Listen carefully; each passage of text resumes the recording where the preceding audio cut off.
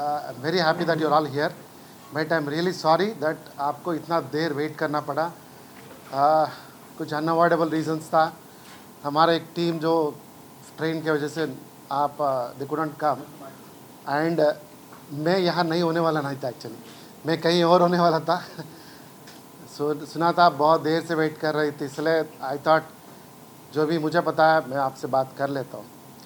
तो पहले मेरा इंट्रोडक्शन कर लेता हूँ. मैं डॉक्टर G.R. मल्लिकार्जुना हूँ. I am a GI surgeon, surgical gastroenterologist, जो इंटेस्टाइन का benign as well as malignant conditions को ट्रीट करता हूँ. मतलब इंटेस्टाइन का मतलब ईसोफेगस, फूड पाइप से शुरू होके एनल कैनाल तक जो भी बीमारी आते हैं ना, तो जो भी बिनाइन होगा, नॉन कैंसरस वाला, कैंसर वाला, सबका इलाज करने वाला, सर्जिकल इलाज करने वाला डॉक्टर हूँ. क्योंकि बहुत सारे मेडिकल गैस्ट्रोएंट्रोलॉजिस्ट यहाँ आप मिलते रहते हैं, सर्जिकल ज़्यादा मिलते नहीं हो आप. तो भाई साहब ने मुझे बोला था कि GI कैंसर्स के बारे में कुछ बात करने के लिए.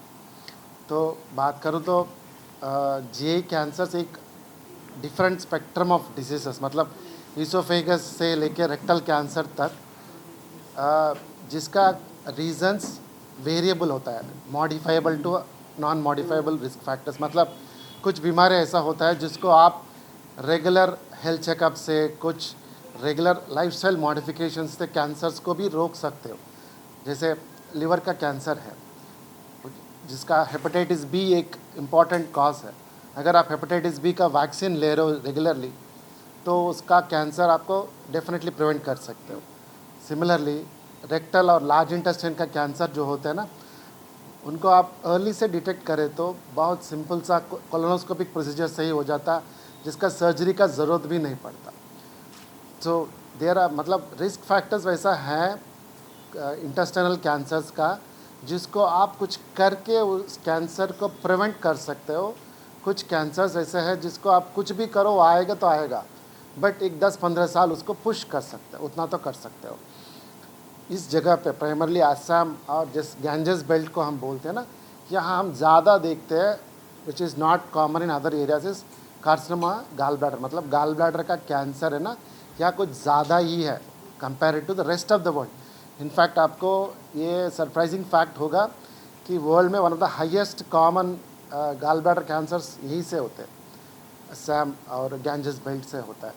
किस रीज़न से? Definitely it is not food और something else, genetic factors definitely है.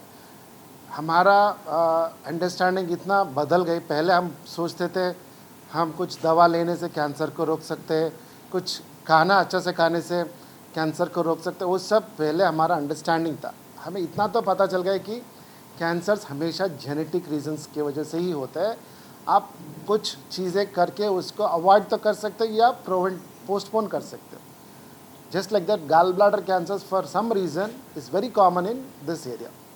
And definitely one of the risk factors for it is gallbladder stones. मतलब जो आप रेगुलरली सुनते हो, शायद आपका रिलेशंस में कोई भी एक स्कैन करे तो पहले चीज़ देखते हैं वो गाल ब्लैडर में स्टोन दिख जाते हैं. क्या करना है?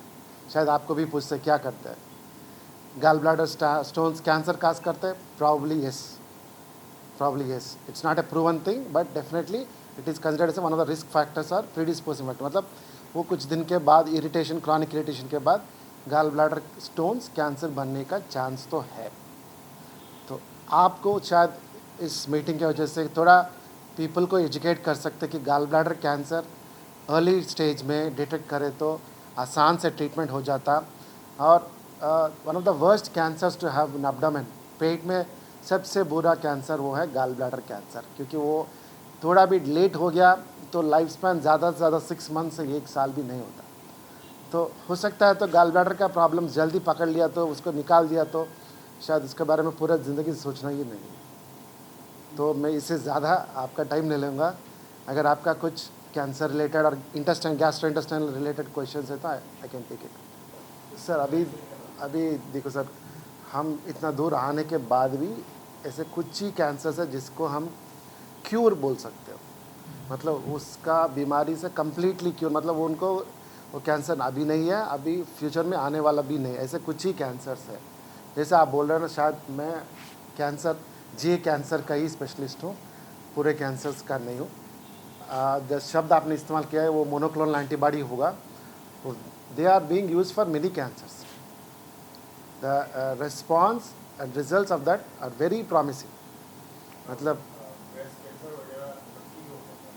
हाँ, breast cancer is one of those things where we are almost there, cure तक पहुंच गए हम। कुछ बीमारी है ब्लड कैंसर वैसा जिसका कंप्लीट क्यूर हो चुका है ऑलरेडी। ब्रेस्ट कैंसर वहाँ तक हम आ रहे हैं, वहाँ पे जहाँ बोल सकते हैं कि इसको कंप्लीट क्यूर हो गया। We have reach that stage, that is a good thing. Breast cancer का बात से ब्रेस्ट कैंसर के बाद अगेन मेरा स्पेशलिटी नहीं है तो मैं इतना तो बताए तो बोल लेता हूँ। Breast cancer usually genetic history very important है, family history very important.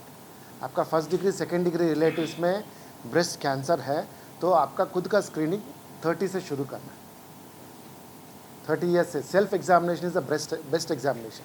Self breast examination is the best examination to detect any lesions. मतलब आपको usually during periods time you can feel that it is little tender, after that you can feel little softer. So आपको warm hand से check कर लेना कि कहीं पे nodules है, लम्प्स है तो उसका टेस्ट कर लेना। अगर आपका फैमिली हिस्ट्री है तो जल्दी कराना पड़ेगा। इसके अलावा यूएस में तो आप देखेंगे तो 40 ईयर्स के बाद regular annual mammogram is compulsory. 40 years के बाद मैमोग्राम तो कंपलसरी करना पड़ेगा। अगर फैमिली हिस्ट्री है तो उसे जल्दी ही शुरू करना बेटर है, because breast cancer early detection से ऑलमोस्ट क्यूर पॉसिबल है। मतलब मेजर सर्जरी के अवॉइड करके अभी इतना अच्छा सर्जरीज आ गया, ब्रेस्ट कंजर्वेशन सर्जरी बोलते।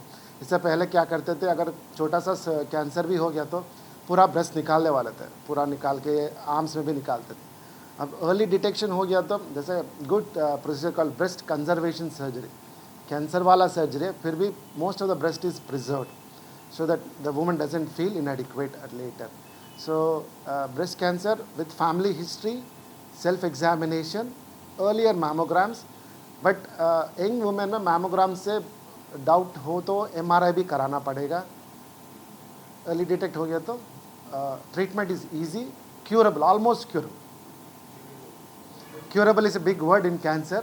मतलब आपको मतलब मेडिकली हम curable इसी को बोलते हैं जिसको complete cancer नहीं है और आने वाला भी नहीं है। बहुत बढ़ जाता है सर। क्या ब्रेस्ट कैंसर, वही बोल रहा हूँ, ब्रेस्ट कैंसर राइट टाइम में डिटेक्ट हो गया तो नियर नॉर्मल लाइफ हो जाता। मतलब जो उनका विदाउट कैंसर जितना लाइफ हो सकता था उतना तो हो जाता। Not the right person ma'am, but I think हमारा दोस्त आने वाला हेमाटोलॉजिस्ट, इनसे आप शायद पूछ सकते हैं। मेरा स्पेशलिटी है इंटेस्टाइनल कैंसर, गैस्ट्रो।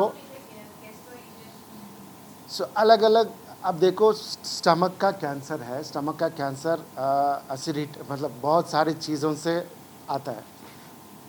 हमारे क्लिनिकल प्रैक्टिस में हम क्या देखते हैं ना, यूजुअली मैं दो अलग अलग चीज़ कैंसर के बारे में बात करता हूँ। स्टमक कैंसर, गैस्ट्रिक कैंसर, बहुत लोग ऐसा होता है कि एसिडिटी बोल के सालों साल दवा लेके रहते हैं, उसके बाद वो कैंसर बन जाते हैं, कैंसर स्प्रेड भी हो जाता है, सर्जरी का लायक भी नहीं होता। तो जो लोग रेगुलरली एसिडिटी बोलते हैं ना, उनको एक बार at least if your age is about 40 और 50 ईयर्स, एक बार हॉस्पिटल आके एक एंडोस्कोपी तो करा लो। एंडोस्कोपी तो सिंपल टेस्ट है ना, ओपीडी में प्रोसीजर में हो जाता, उतना तो अर्ली डिटेक्ट हो जाता। तो गैस्ट्रिक कैंसर्स को एंडोस्कोपी से आसानी से डिटेक्ट तो हो जाता। एक तो एक हो गया। दूसरा, हमारी पॉपुलेशन बढ़ रहे हैं। अब देखेंगे तो इंडिया में 70 के अब ऊपर बहुत लोग जी रहे हैं, मतलब पॉपुलेशन अब 70 इज़ इंक्रीजिंग। सो एक बार वो लोग बढ़ रहे हैं, उनका कोलानिक और रेक्टल कैंसर मतलब बड़े अंतरिया लार्ज इंटेस्टाइन का कैंसर बढ़ रहे हैं, अभी डिटेक्शन भी ज़्यादा हो रहा है। Again to quote US policy, वहाँ पे 50 के बाद डेफिनेट कोलोनोस्कोपी इज़ एसेंशियल। मतलब आपको इंश्योरेंस चाहिए तो डेफिनेटली एक कोलोनोस्कोपी कराने एट एज ऑफ 50। तो आपका कोलानिक कैंसर, लार्ज इंटेस्टाइन का पूरे कैंसर्स पूरा देख लेते हैं और अर्ली स्टेज में डिटेक्ट हो जाता, उसको कोलोनोस्कोपी भी निकाल जाता और सर्जरी का शायद ज़रूरत भी नहीं। एक दो हो गया ना, एंडोस्कोपी कोलोस्कोपी जो ओपी में हो जाता।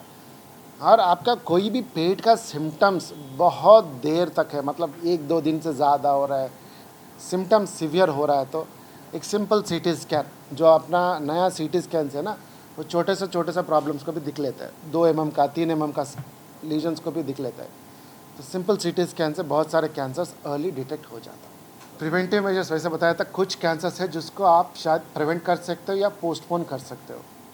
प्रिवेंशन में जैसे मैंने बताया, लिवर कैंसर्स में आप रेगुलर वैक्सीन लिया तो, ब्लड ट्रांसफ्यूशंस केयरफुली ले रहे हो, इंजेक्टेबल्स रेगुलरली प्रॉपरली ले रहे हो तो liver cancers, most liver cancers are preventable.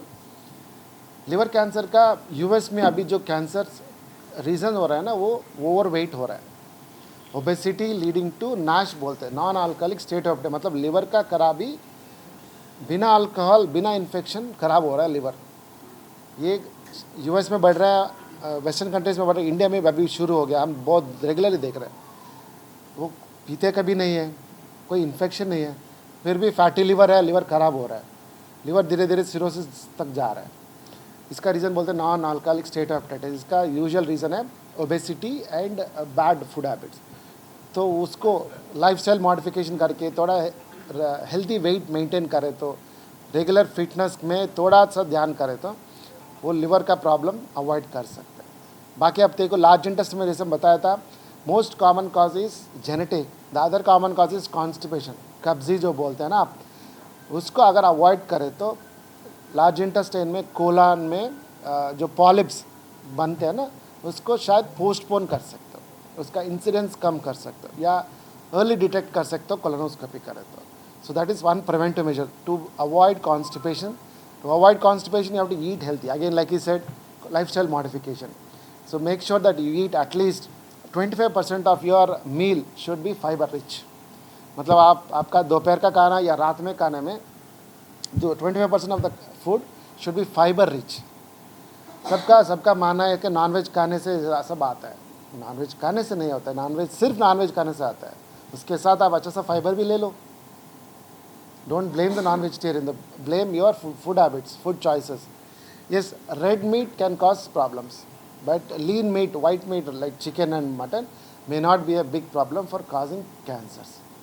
One, healthy habits. Smoking is notorious. Smoking is notorious to cause cancers of upper GI tract, lung and liver, including bladder, urinary bladder. So you can avoid smoking. Social drinking is acceptable, regular drinking not acceptable. Social drinking मतलब आप 2 महीने में 3 महीने में एक तो peg ले रहे हो तो ठीक है, उससे ज़्यादा हो रहा है तो definitely are making yourself susceptible to cancers होने का चांसेस बढ़ रहा है. Healthy weight, healthy lifestyle good, और फैमिली हिस्ट्री है तो जल्दी चेकअप करा लो, उतना तो कर सकते थे ना. अगर आपका फैमिली में कोई रिश्तेदार है उनको कैंसर, पैंक्रियास का कैंसर है, गॉल ब्लैडर का कैंसर है, कोलन का कैंसर है, तो आप 40 के पहले ही एक बार करा लो, टेस्ट करा लो तो जल्दी पकड़ ले.